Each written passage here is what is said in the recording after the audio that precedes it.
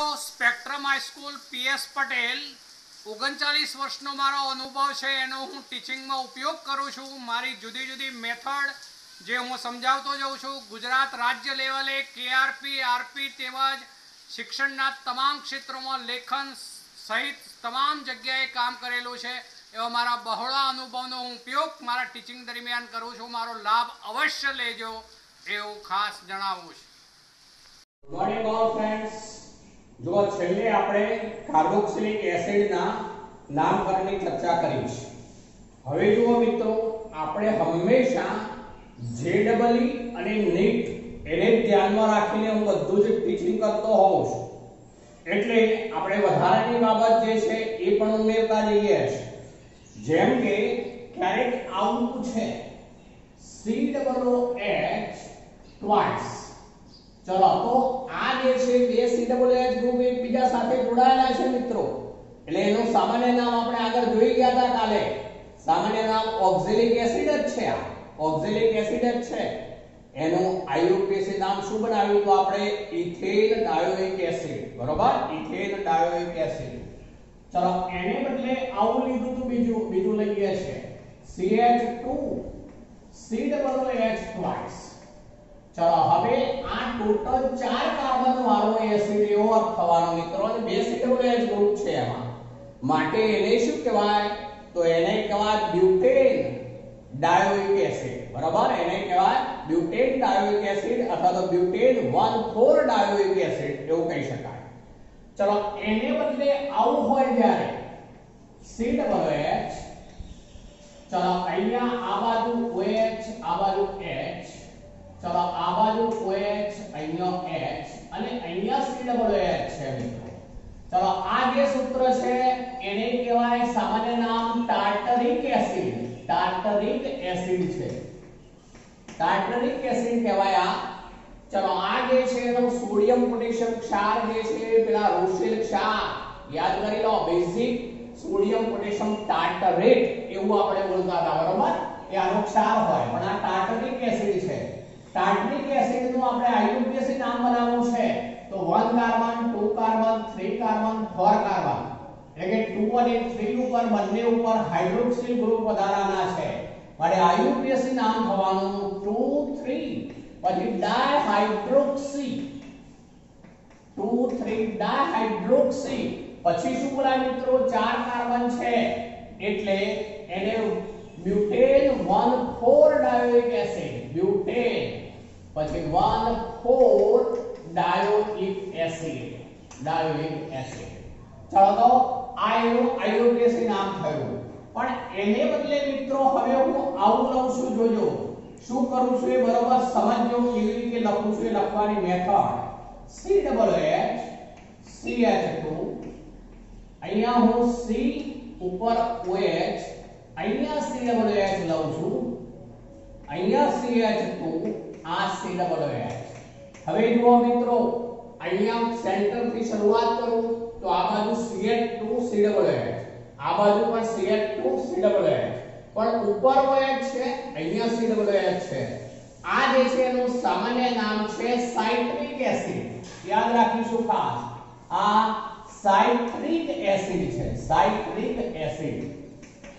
ચલો હવે એનું આઈયુપીએસી નામ બનાવવું છે, પણ તો આઈયુપીએસી નામમાં બે કરતા વધુ COOH ગ્રુપ હોય ત્યારે COOH ના કાર્બનની સંખ્યામાં ગણવામાં આવતો નથી, બે કરતા વધુ હોય ત્યારે।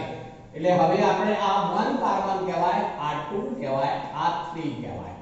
તો હવે આવું થશે, આ 1 અને 3, આ 1 આ 2 અને આ 3 એ ત્રણેય ઉપર COOH ગ્રુપ છે, પણ 2 નંબર ઉપર હાઇડ્રોક્સિલ ગ્રુપ છે, માટે આઈયુપીએસી નામ થવાનું 2 હાઇડ્રોક્સી। જો 2 હાઇડ્રોક્સી। ચલો પછી શું કહીશું તો આ પ્રોપેન 1 2 3, પ્રોપેન પછી 1 2 3 અને ટ્રાઇકાર્બોક્સિલિક એસિડ, ટ્રાઇકાર્બોક્સિલિક શબ્દ આવે છે એમાં, કાર્બોક્સિલિક એસિડ શબ્દ થશે મિત્રો। ચલો તો આ એનું આઈયુપીએસી નામ છે। તો આ બે વિશિષ્ટ સૂત્રો છે આઈયુપીએસી નામ તરીકે અને સામાન્ય નામ તરીકે આ ટાર્ટરિક એસિડ કહેવાય, જેમાં આપણે આમ તો આવું કહી શકીએ આ વિભાગમાંથી બંને સરખા વિભાગ છે એટલે સમમિત તલની હાજરી ધરાવે છે માટે તે મેસો સંયોજન બનાવે છે. મેસો કહેવાય, ટાર્ટરિક એસિડ એ મેસો સંયોજન છે એવું કહેવાશે, જે આયુર્વેદ નામ પેલું થયું. અને આ સાઇટ્રિક એસિડ છે. આપણે જે બેનેડિક્ટ કસોટી આપણે બુકમાં નથી આપી પણ મેં વધારાની કહી હતી. બેનેડિક્ટ કસોટી જેમાં શું હતું, સોડિયમ પોટેશિયમ સાઇટ્રેટ હોય, સાઇટ્રેટ ક્ષાર હોય, તો એ બેનેડિક્ટમાં યુઝ આવે.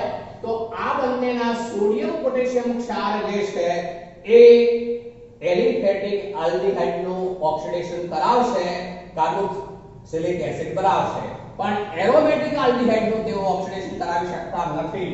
તો એ બંને આ રીતે ફેહરિંગમાં જ્યારે આ જે છે બેનેડિક્ટ કસોટીમાં ઉપયોગી આવતા હોય છે એમના સોડિયમ ક્ષાર. ચલો મિત્રો, હવે આપણે આગળ વધીએ છીએ કાર્બોક્સિલિક એસિડ સમૂહનું બંધારણ શું છે તે. તો એમાં કાર્બોક્સિલિક એસિડને આપણે આવું લખતા હોઈએ છીએ, C ડબલ બોન્ડ O અને આ OH. ચલો, અહીંયા ઓક્સિજન પાસે આવા બે અબંધકારક ઇલેક્ટ્રોન યુગ્મ હોય.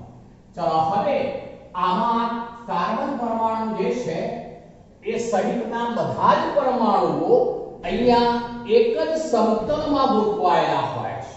બધા જ પરમાણુ એક જ સમતલમાં હોય છે અને કોઈ પણ બંધ કોણ જે છે એ 120 અંશનો હોય છે.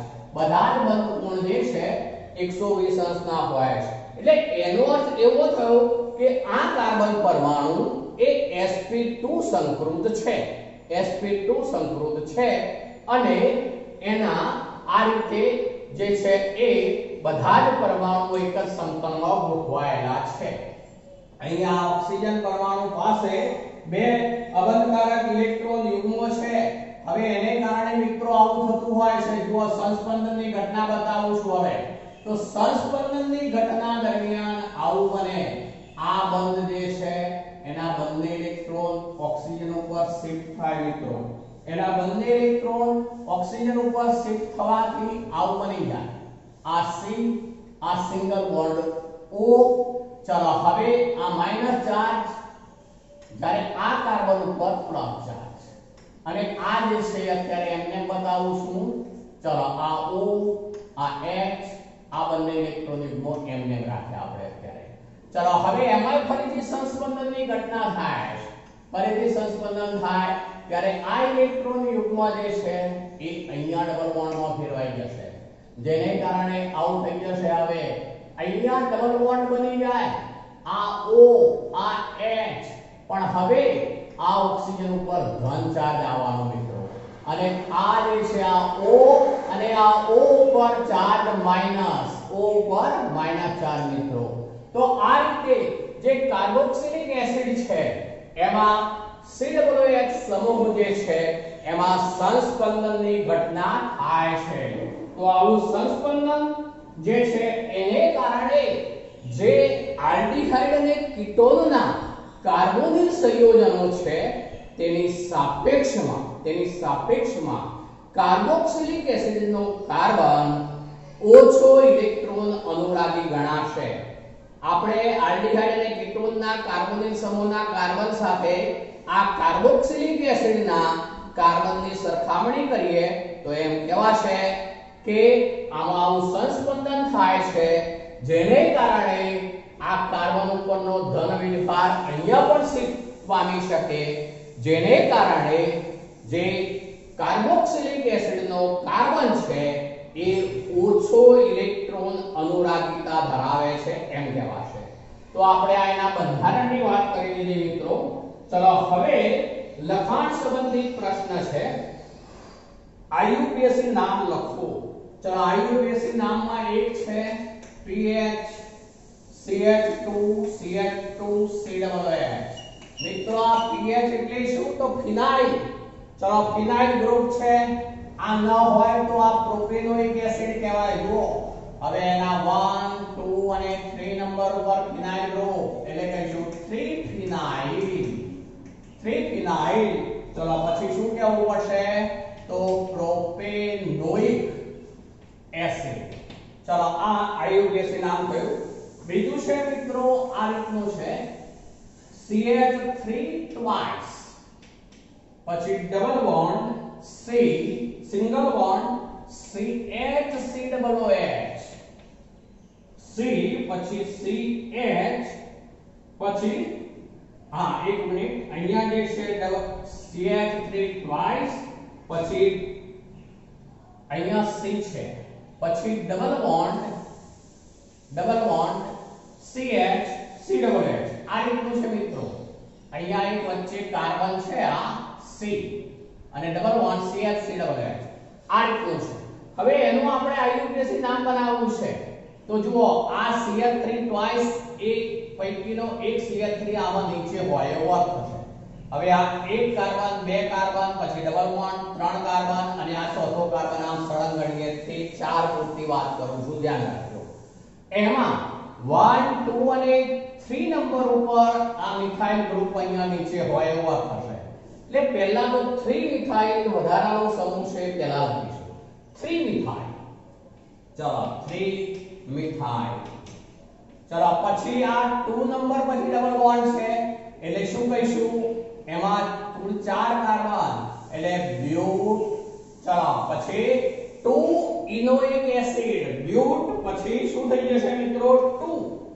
બ્યુટ પછી 2 પછી ઇનોઇક શબ્દ થઈ જાય ઇનોઇક એસિડ ઇન એટલે ડબલ બોન્ડ ઇન આલ્કિન એટલે ડબલ બોન્ડ પછી ઓઇક એસિડ શબ્દ એમાં જોડાઈ ગયો એટલે 3 મિથાઇલ બ્યુટ 2 ઇનોઇક એસિડ તરીકે ઓળખાશે મિત્રો ચલો ત્રીજું સૂત્ર લઈએ છે એમાં આવું છે પંચકોણ છે ચલો પછી અહીંયા CH ગ્રુપ છે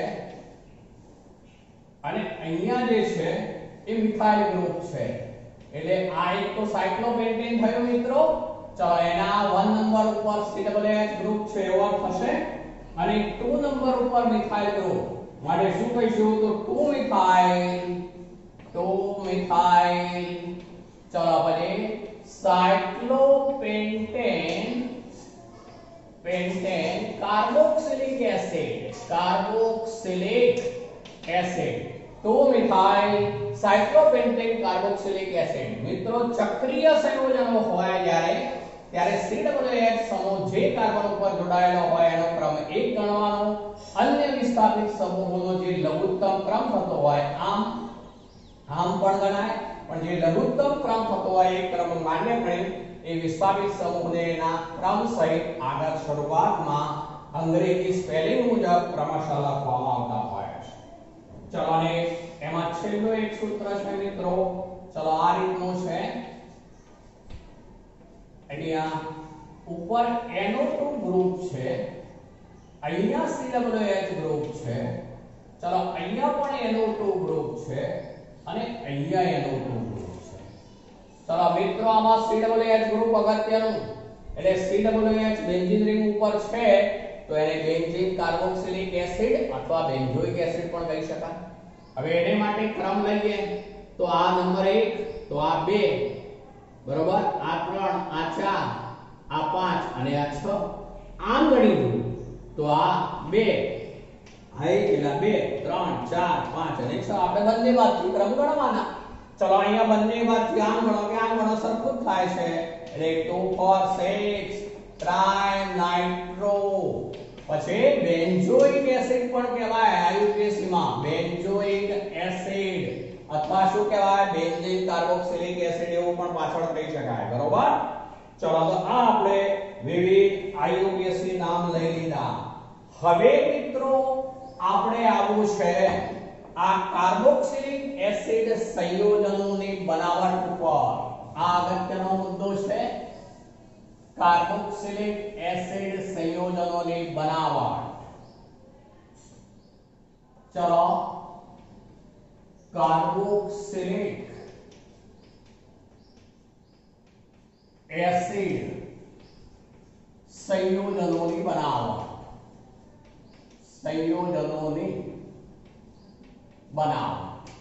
ચલો જુદી જુદી ઘણી રીતો છે, એમાંની એક રીત ઉપર પહેલા આવીએ છે, જે પ્રાથમિક આલ્કોહોલ અને આલ્ડીહાઇડ માંથી પ્રાથમિક આલ્કોહોલ અને આલ્ડીહાઇડ માંથી ચલો હવે પ્રાથમિક આલ્કોહોલ આપણે આગળ જોઈ ગયા છે મિત્રો આવી પ્રક્રિયા. હું માનો કે આ CH2OH આ એક પ્રાથમિક આલ્કોહોલ છે. જુઓ 1 ડિગ્રી આલ્કોહોલ પ્રાથમિક આલ્કોહોલ એટલે ચલો એનું ઓક્સિડેશન કરાવવા માંગુ છું. એનું ઓક્સિડેશન જો હું શું કહું છું એ તટસ્થ અથવા એસિડિક અથવા આલ્કલાઇન એટલે બેઝિક KMnO4 પોટેશિયમ પરમેંગેનેટ એટલે કે તટસ્થ KMnO4 ચાલે, એસિડિક KMnO4 ચાલે, આલ્કલાઇન KMnO4 ચાલે. એટલે કે પોટેશિયમ પરમેંગેનેટ તટસ્થ અથવા એસિડિક માધ્યમ અથવા બેઝિક એટલે કે આલ્કલાઇન માધ્યમ અથવા કહું છું, હવે ધ્યાન રાખજો આ બધાના અથવા acidic K2Cr2O7 acidic potassium ડાઇક્રોમેટ K2Cr2O7 અથવા કહું છું એસિડિક CrO3 કેટલાક આમાં H2SO4 K2Cr2O7 એવું કહી શકાય, H2SO4 CrO3 એવું કહી શકાય. આ જોન્સ પ્રક્રિયક તરીકે ઓળખાતો હોય છે. આ પૈકી ગમે તે સામાન્ય ઓક્સિડેશન કરતા દ્વારા આપણે પ્રાથમિક આલ્કોહોલનું ઓક્સિડેશન કરાવીએ એટલે તેમાંથી તેટલા જ કાર્બન ધરાવતો કાર્બોક્સિલિક એસિડ બની જાય મિત્રો. RCOOH કાર્બોક્સિલિક એસિડ બની જાય. ચલો એનું એક ઉદાહરણ આપણે આવું લઈએ છે CH2 8 times પછી આ 8 ને 9 અને CH2OH એટલે ટોટલ 10 કાર્બન થયા. 8 9 અને 10 મેં આ જુદું પાડ્યું છે. તમારે ભેગું લખવું હોય CH2 તો 9 થઈ જાય મિત્રો. તમે જો અહીંયા 9 કરતો તો સીધું OH લખી શકાય. આ સ્પષ્ટ બોલું છું, સીધું OH લખી શકાય. આ જે છે ટોટલ 10 છે. આને કહેવાશે ડેકેન 1 ઓલ બરોબર. ફરીથી બોલું છું આ CH2 આમાં ભેગા કરતો તો આ 9 થઈ જાય એ રીતે લખાય અને OH પછી લખાય. ચલો એનું આપણે એસિડિક CrO3 H2SO4 સહિત ચલો તો એ વખતે જે છે એ એસિડિક CrO3 જોન્સ પ્રક્રિયક તરીકે ઓળખાય. જોન્સ પ્રક્રિયક. ચલો આ પણ સામાન્ય ઓક્સિડેશન કરતા જ છે, એના દ્વારા ઓક્સિડેશન થઈ જશે. તેટલા જ કાર્બન વાળો એસિડ બનાવવાનો છે CH3. હું અહીંયા આવું લખી દઉં છું CH2 જે છે એ 8 times COOH. ટોટલ જે છે એ આપણે કેટલા કાર્બન થવા જોઈએ તો 10. આ 8 9 અને 10 માટે આ જે છે એને શું કહીશું તો આ 10 હોવાથી ડેકેનોઇક એસિડ કહેવાશે. ડેકેનોઇક એસિડ. તો આ 1 ડિગ્રી આલ્કોહોલના આ રીતના ઓક્સિડેશન દ્વારા તેટલા જ કાર્બન વાળા કાર્બોક્સિલિક એસિડ બનશે. આપણે જો આલ્ડીહાઇડ લઈએ, આલ્ડીહાઇડની વાત પણ છે સાથે, તો હું આલ્ડીહાઇડ પણ જોડી દઉં છું. RCHO કોઈ પણ આલ્ડીહાઇડ છે. ચલો હવે એનું ઓક્સિડેશન કરાવવું છે. નિર્બળ ઓક્સિડેશન કરતા અથવા નિર્બળ અથવા તો મંદ કહી શકાય. મંદ ઓક્સિડેશન કરતા. ચલો એને માટે ટોલેન્સ પ્રક્રિયક લઈએ છે આપણે. એટલે કે એમોનિયકલ સિલ્વર નાઇટ્રેટ વાળો પ્રક્રિયક લઈએ છે.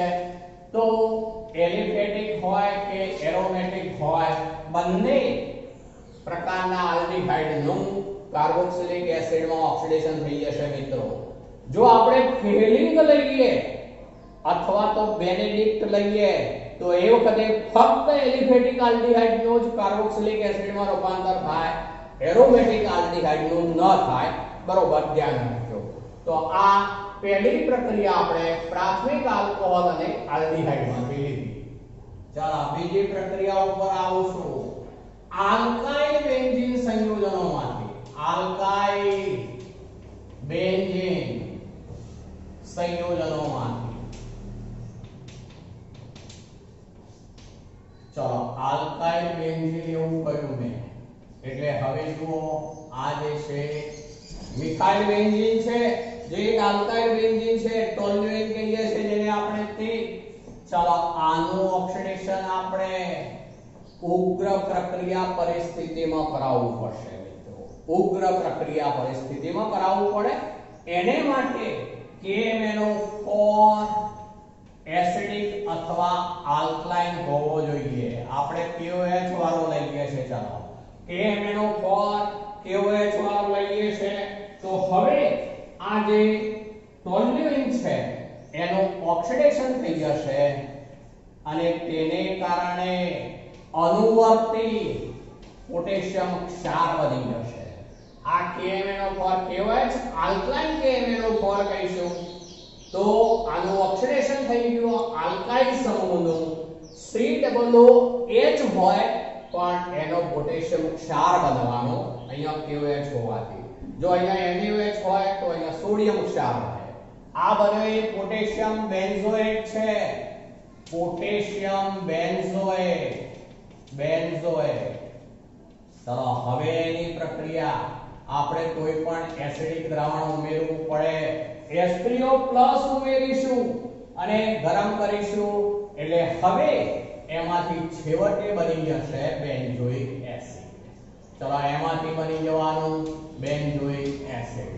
તો આ રીતે આ આલ્કાઇલ સમૂહ ગમે તેટલો લાંબો હોય, આલ્કાઇલ સમૂહ જે છે એ માનો કે આવું લઉં છું CH2 CH2 CH3 આ આપણે લીધું એ શું કહેવાશે 1 ફિનાઇલ, પછી 1 ફિનાઇલ છે અને પ્રોપેન છે. સોરી હા 1 ફિનાઇલ પ્રોપેન છે.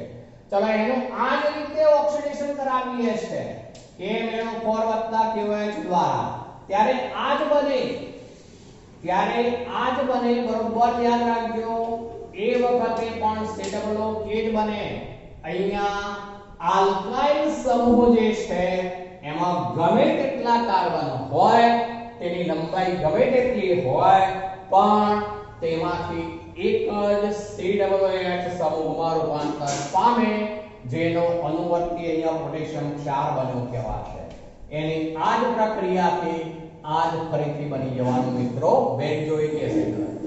હવે એને બદલે આ પ્રાથમિક છે, આ બંને પ્રાથમિક આલ્કાઇલ સમૂહ ધરાવતા છે, પણ એને બદલે આવું લઈએ છે મિત્રો.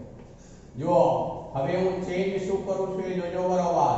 CH3 તો આ દ્વિતીયક આલ્કાઇલ સમૂહ ધરાવે છે એવું કહેવાશે. ચલો દ્વિતીયક આલ્કાઇલ સમૂહ હોય ત્યારે પણ સેમ એ જ પ્રમાણિત થવાનું એમ બોલું છું, ધ્યાન રાખજો. તો એ વખતે પણ COOH થશે. આ જ પ્રક્રિયા દ્વારા એમાં પણ બેન્ઝોઇક એસિડ જ બનશે મિત્રો.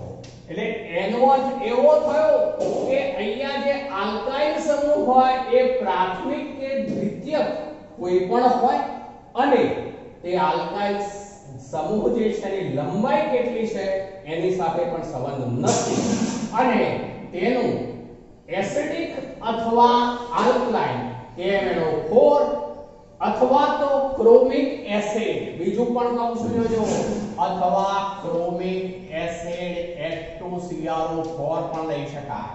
પણ અહીંયા આપણે KMnO4 KOH વાળું રાખીશું મિત્રો. આ આપણે પોટેશિયમ ક્ષાર બનાવ્યો છે એટલા માટે, પણ ક્રોમિક એસિડ દ્વારા પણ લઈ શકાય. તો એ વખતે આ અનુવર્તી પોટેશિયમ ક્ષાર બન્યા, જેને હવે વધુ ગરમ કરવા પડશે. આપણે ખનિજ એસિડ ઉમેરી અને ગરમ કરીશું ત્યારે એનું જળ વિભાજન થઈ બેન્ઝોઇક એસિડમાં આ રીતે રૂપાંતર થશે.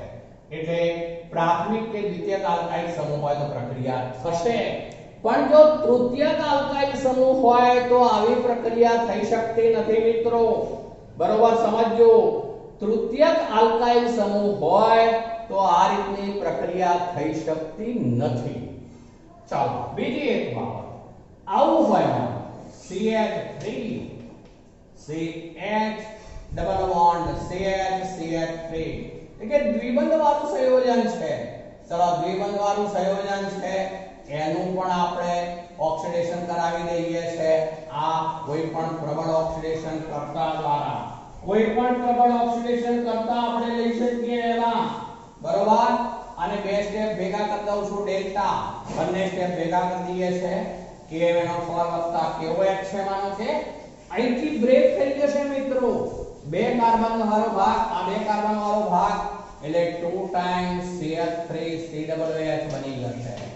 તો આ રીતે આલ્કાઇલ બેન્ઝીન સંયોજનો હોય એમાં પ્રાથમિક કે દ્વિતીયક આલ્કાઇલ સમૂહ હોય તો આલ્કાઇલ સમૂહની ગમે તેટલી લંબાઈ હોય પણ દરેક આલ્કાઇલ સમૂહ દીઠ COOH ગ્રુપ છેવટે બને છે ઉગ્ર પ્રક્રિયા પરિસ્થિતિ હોય ત્યારે પ્રબળ ઓક્સિડેશન કરતા દ્વારા।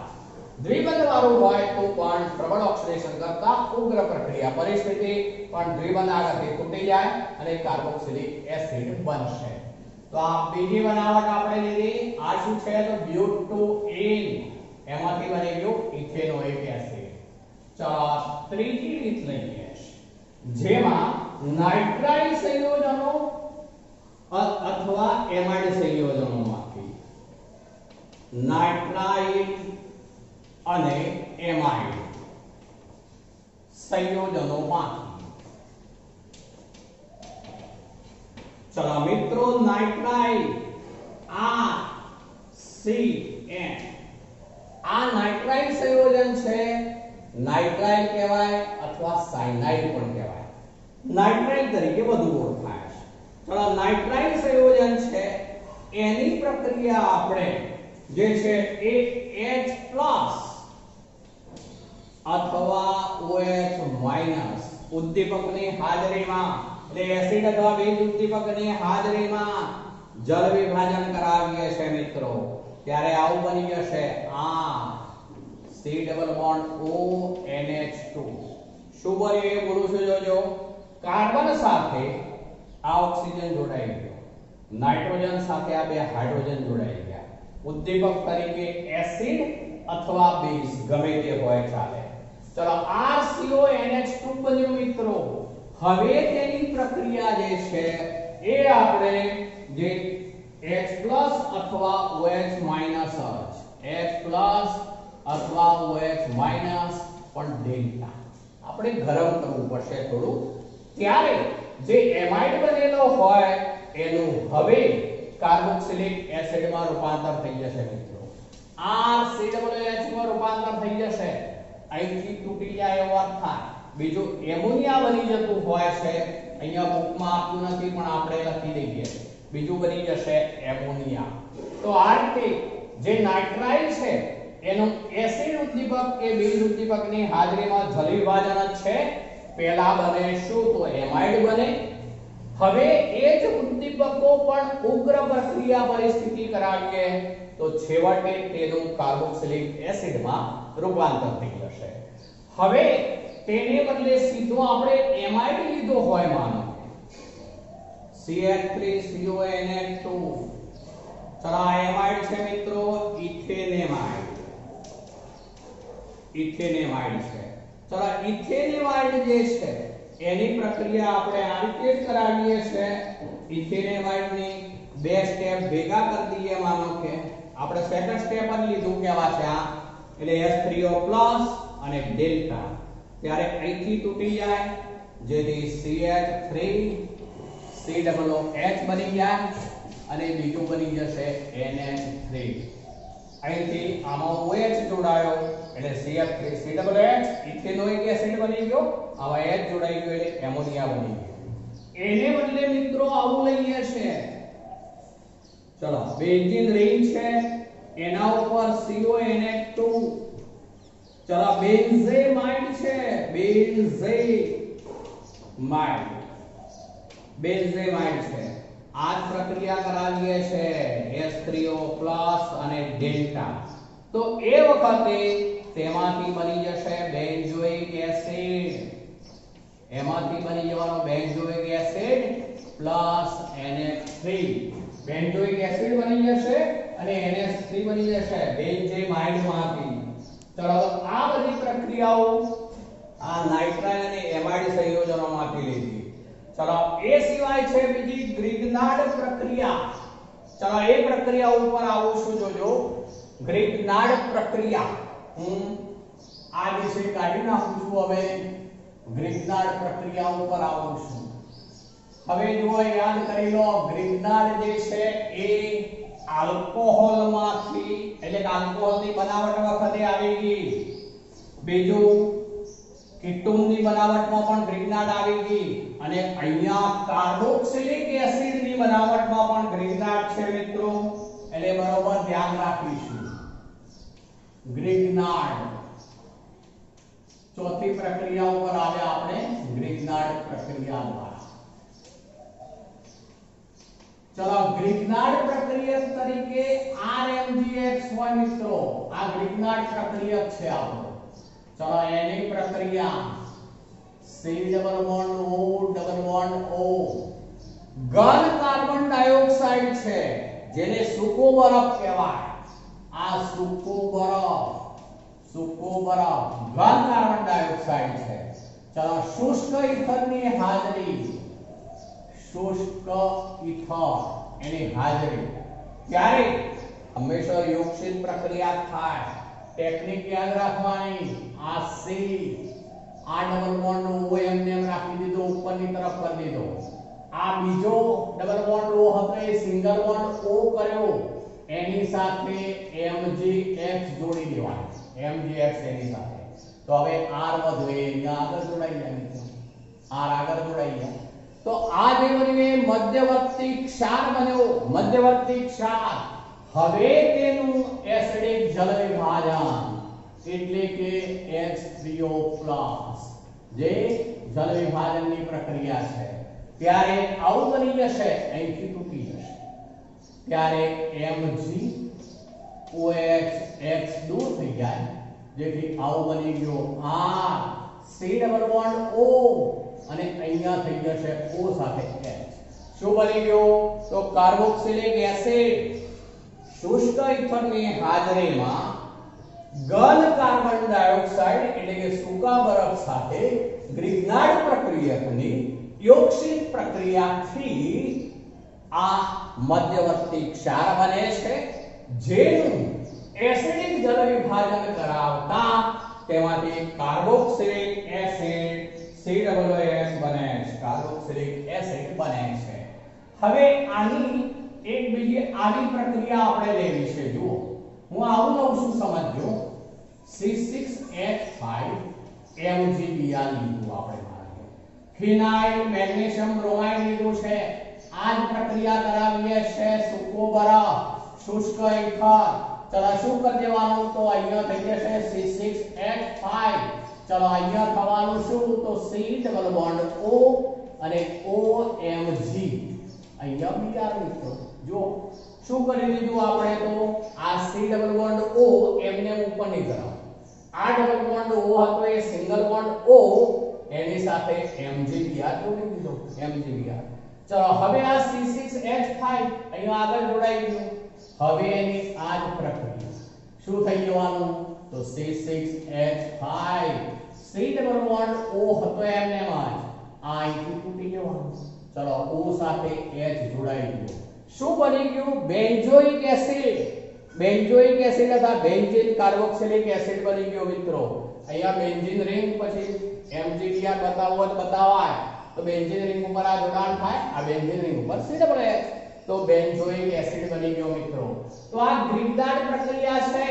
આપણે ત્રીજી અને ચોથી આ બે જે પ્રક્રિયાઓ લીધી મિત્રો એ બંનેમાં એક વિશિષ્ટતા છે. ત્રીજી પ્રક્રિયા લીધી એમાં સાયનાઇડ સંયોજનો જે છે એમાંથી અથવા તો નાઇટ્રાઇલ સંયોજનોમાંથી આપણે કાર્બોક્સિલિક એસિડ બનાવ્યો અને આ ગ્રિગ્નાર્ડ પ્રક્રિયક દ્વારા પણ કાર્બોક્સિલિક એસિડ બનાવ્યો. બંનેમાં આપણી પાસે જો આલ્કાઇલ હેલાઇડ હોય તો આલ્કાઇલ હેલાઇડ માંથી એક વધુ કાર્બન ધરાવતો કાર્બોક્સિલિક એસિડ બનાવી શકાય છે મિત્રો। હવે એને માટે શું કરવું પડે બોલું છું જોજો। આલ્કાઇલ હેલાઇડ હોય એટલે R-X એ આલ્કાઇલ હેલાઇડની પહેલા આપણે કેસીએન સાથે પ્રક્રિયા કરાવવી પડે આલ્કોહોલિક કેસીએન સાથે, ત્યારે તેમાંથી બની જશે નાઇટ્રાઇલ સંયોજન।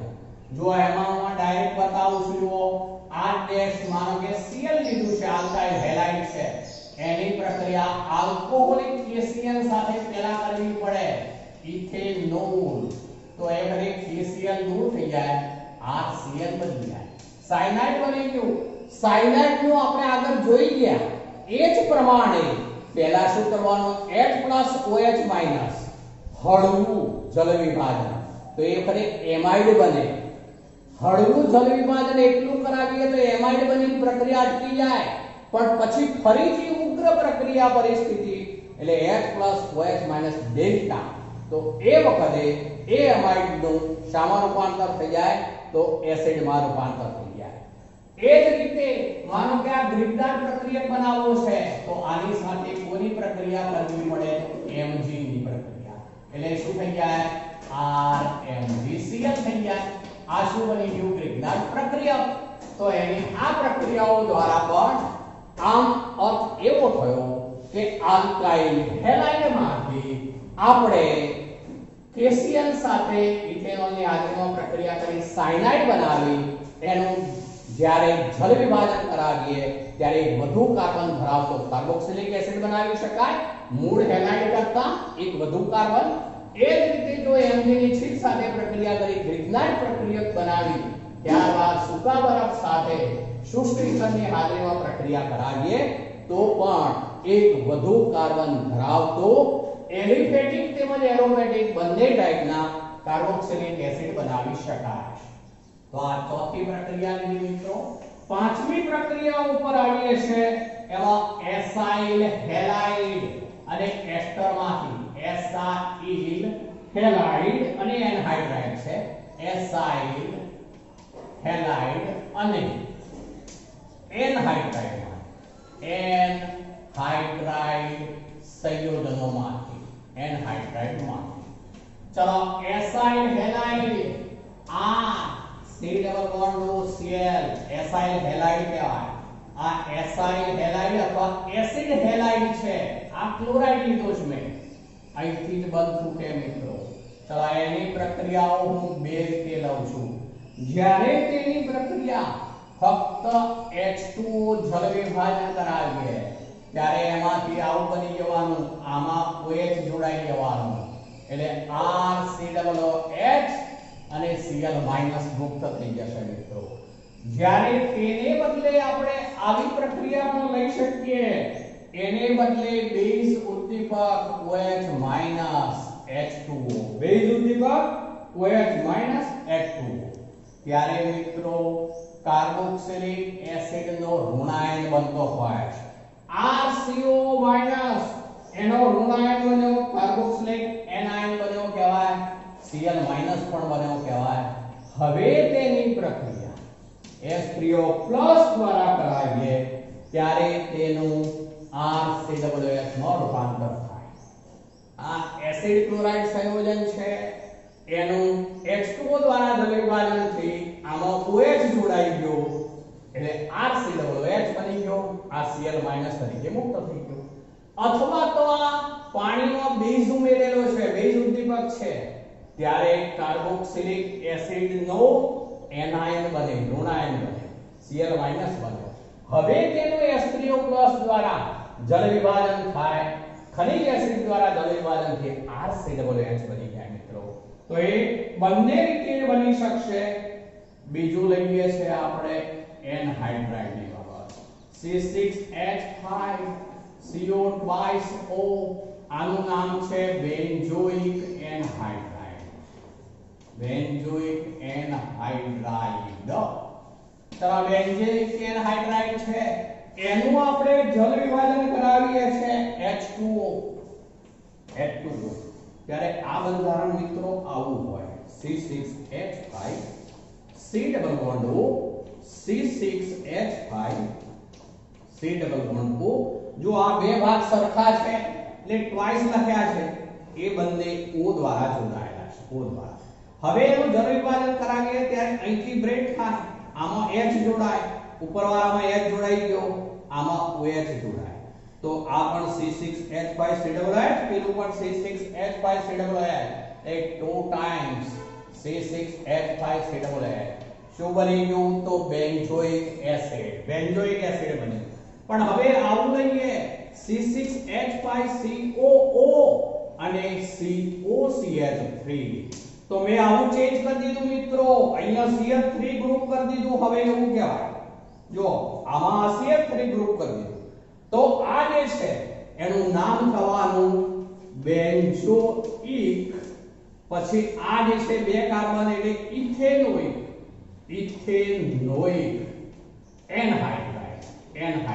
એનહાઇડ્રાઇડ તો છે બેન્ઝોઇક ઇથેનોઇક એનહાઇડ્રાઇડ છે મિત્રો ચલો એની આ જ પ્રક્રિયા શું બની ગયું જુઓ ઉપર બેન્ઝોઇક એસિડ નીચે બની ગયો ઇથેનોઇક એસિડ એટલે એક બનવાનું C6H5COOH જ્યારે બીજું શું બનશે તો બીજું ethanoic acid CH3 COOH ethanoic acid તો આ એસાઇલ હેલાઇડ અને એનહાઇડ્રાઇડ માંથી આ પાંચમી પ્રક્રિયાની છેલ્લી પ્રક્રિયા છે મિત્રો હવે જેમાં એસ્ટર સંયોજનો જે છે એની પ્રક્રિયા છે ચલો એમાં એસ્ટર સંયોજનોમાંથી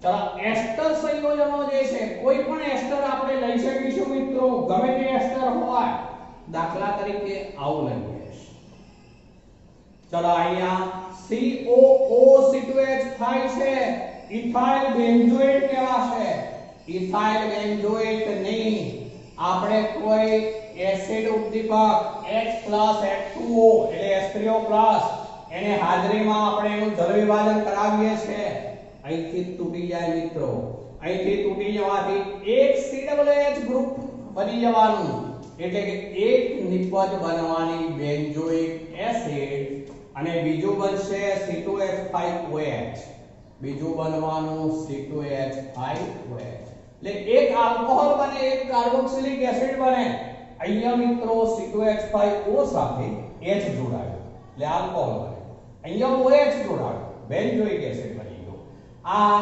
ઇથાઇલ બેન્ઝોઇટ છે એનું એસિડિક જળ વિભાજનથી તે બને પણ હવે જો તેને બદલે આવું લીધું હોય CH3 CH2 CH2 COO C2H5 આ શું છે મિત્રો ઇથાઇલ બ્યુટેનોએટ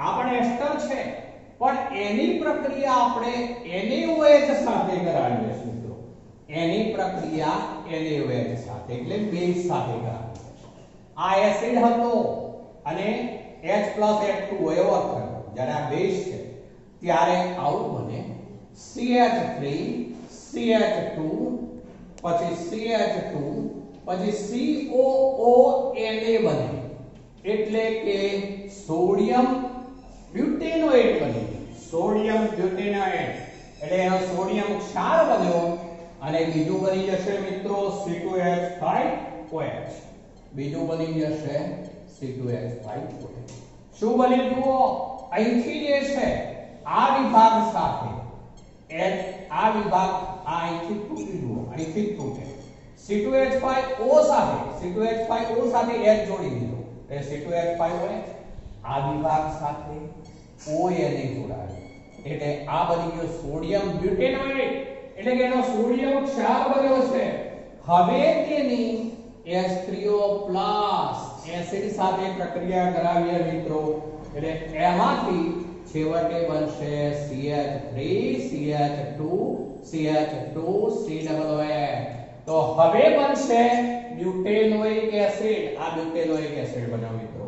તો આવા બેઝ સાથેની પ્રક્રિયાથી અનુમતિ સોડિયમ ક્ષાર બન્યો.